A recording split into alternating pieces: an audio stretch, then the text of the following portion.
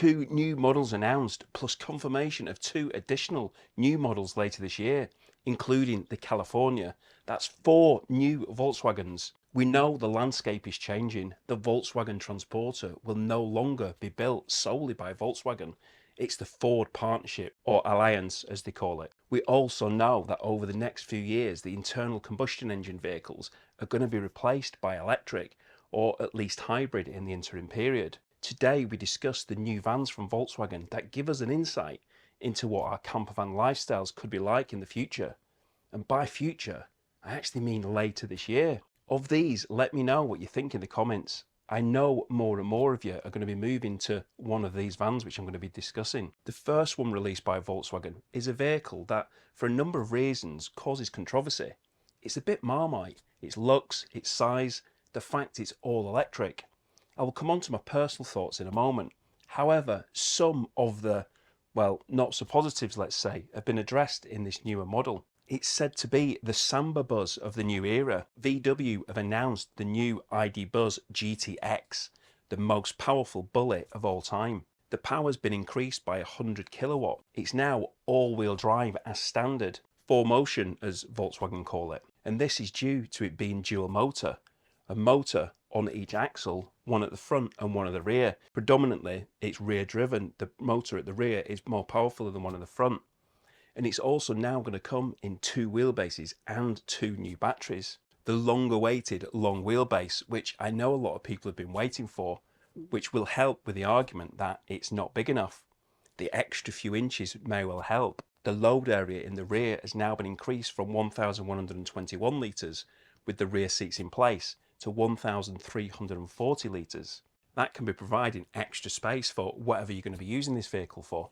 Not everybody will have the intention of using it as a camper van. Some people might just want to be using it as a day vehicle, a day van to take to the beach, go out to these different places. And now with it being 4-wheel drive, if you get yourself into a sticky situation, some of these campsites or some of these big car parking spaces, when it's been actually chucking it down quite a lot, which obviously it does in the UK, you'll be able to get off them easier because it's 4-wheel drive, especially if you stick some of those adventure wheels, those swamper tyres, which a lot of people are going for at the moment. This extra space could really be beneficial.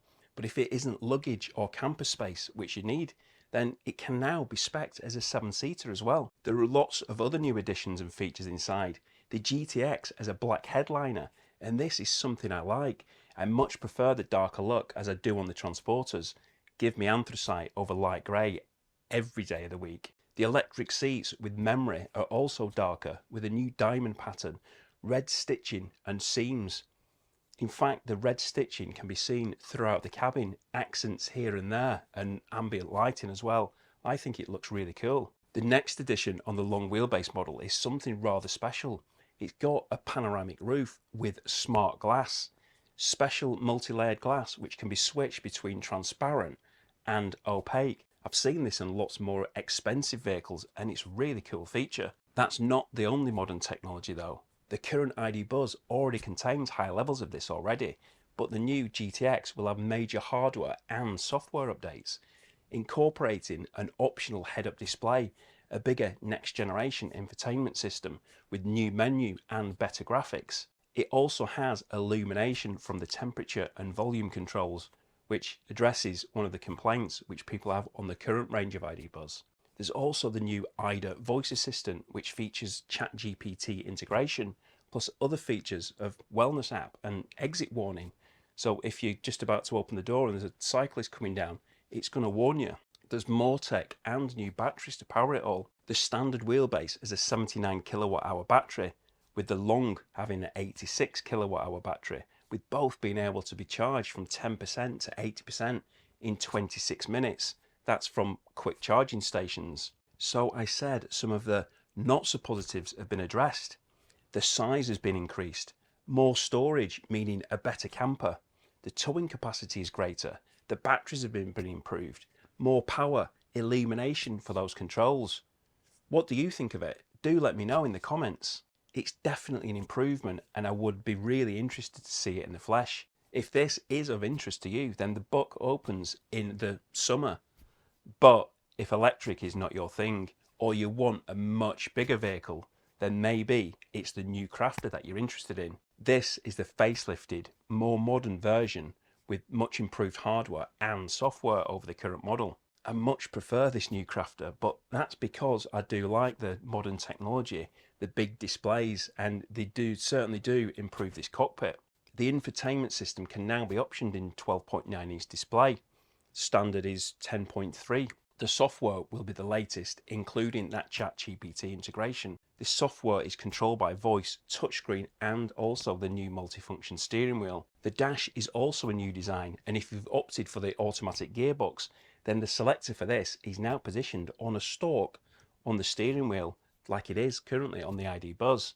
Another big change I really do like is the removal of the mechanical handbrake. This is now an electronic switch on the dash, freeing up that space in between the camper swivel seats, making it much easier for them to swivel, and also much easier getting from the front to the rear. That walkway is much easier without that handbrake being in place. Changes which are big technological advancement, but ones I also know that not everybody is going to appreciate. The autonomous emergency braking, including cyclist and pedestrian monitoring, lane assist, dynamic road sign display, speed limiter, acoustic park distance control, travel assist, and emergency assist. I know some people do think these are rather intrusive and they like to drive the vehicle themselves, but you can just turn them off. The new, facelifted Crafter is, in my opinion, a big improvement. I personally see these enhancements exactly that, enhancements, and that's what you expect as developments happen. I look forward to seeing these hitting the showrooms. Pre-sales for this vehicle begins in mid-April. Converters are going to be really keen to see these coming through, as the current model has been in short supply, which, when the demand has been increasing, has been created a bit of a problem, especially with the T6.1 also being in short supply. These bigger platform campervans have been increasing in popularity recently, and more converters are moving their production to these bigger vans. They do improve that living space, provide greater space, more room for your creature comforts, wet room for showers and toilets, garage for storing your large items, bigger and better electrical systems. This is all brilliant, but they do cost more, and you can't, not really, daily drive them. What you can daily drive though is these next two vehicles, and these may be here sooner than we expected. In the media conference held in Hanover, Lars Kraus said, "First, there is the new California with an incredible number of fans. I've been looking forward to the world premiere this summer ever since we unveiled the concept car last year." Now that does excite me.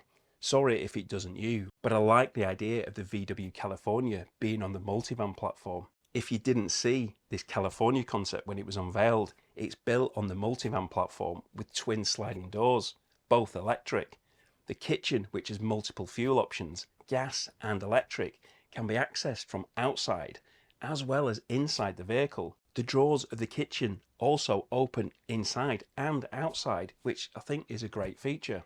It has a pop top so it can sleep 4 or maybe 5 if you've got a small one on a hammock over the front seats, or potentially you could just keep the dog on there. The modern technology is throughout this campervan also, with a standout feature for me being the control pad. The removable tablet, which can be used to control various different elements of the camper, the lights, the heating, etc. And although we have only seen the concept, it's believed that this vehicle will be close to what the real version will be. It does seem from this comment that we are going to be seeing the real version ourselves this summer. And yes, Volkswagen, I would love to attend the launch of this. And I'm also very happy to test any of your products if you wanted to lend me to them. Then I would actually just like to say thanks to you guys for supporting me on this journey which I'm on as far as the YouTube side of things is concerned. I've just now reached 10,000 subscribers, 10,000 of you actually following me, watching my channel, looking out for the videos as they come along, and I'm really, really very grateful for that. I'm not here to help you, we're all here to help each other. We've all got different views and different opinions of vans and products and gadgets, and I've listened to you with some of the suggestions which you've made when I've done a video. You've made a comment and you've said, why don't you do this, why don't you go there, why don't you buy this product? And I've listened to you as well. We are kind of all in this together. We're all on the same journey. We're all going through the same experiences, going to similar places, all enjoying our camper vans, which is what they're intended to be like. So yeah, I just wanted to say thank you. I really do appreciate your support, and let's hope that I'm going to be here for many, many more years to come, testing out these vans and finding out what this future is going to be like. Because if I'd have started this channel 5 years ago, 10 years ago, then it'd have been Volkswagen Transporters and similar vans. But now it's opening a whole world of, oh my word, what is coming next? We just don't know what the future is going to be like for these vans. It's going to be really interesting to see. And thank you for being on this journey with me. Anyway, additionally, the second part of what Lars Krauss said was, we have the new Transporter, which is the successor to the legendary T6.1. And this was in reference to the new models being launched in 2024. So does this mean that we're going to see more of the new Transporter actually this year rather than what we think is going to be next spring?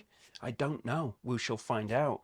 I'm keen to see more. I'm keen to see it without its camouflage wrap. We've seen the new Ford Transit Custom on the roads, and we even saw the first conversion with some pretty unique parts. The Ford Transit Custom campervan built by Bespoke, and they used a one-off SCA roof.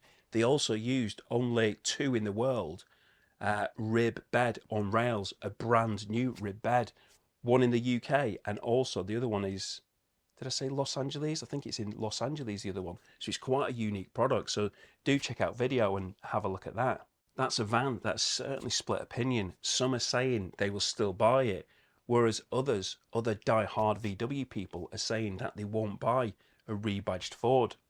But it should be noted that this is an alliance. They are doing joint projects together, bringing together resources to make better vehicles, as many other brands have done for many years previous. Time will tell how successful the alliance has been, but one thing is for sure, this year is certainly going to be bringing lots of new options for us to investigate. I am genuinely really excited. You can see here where I discussed the year of change we're expecting, or see the California concept here. Thanks for watching. I hope to see you soon. Thank you for your support.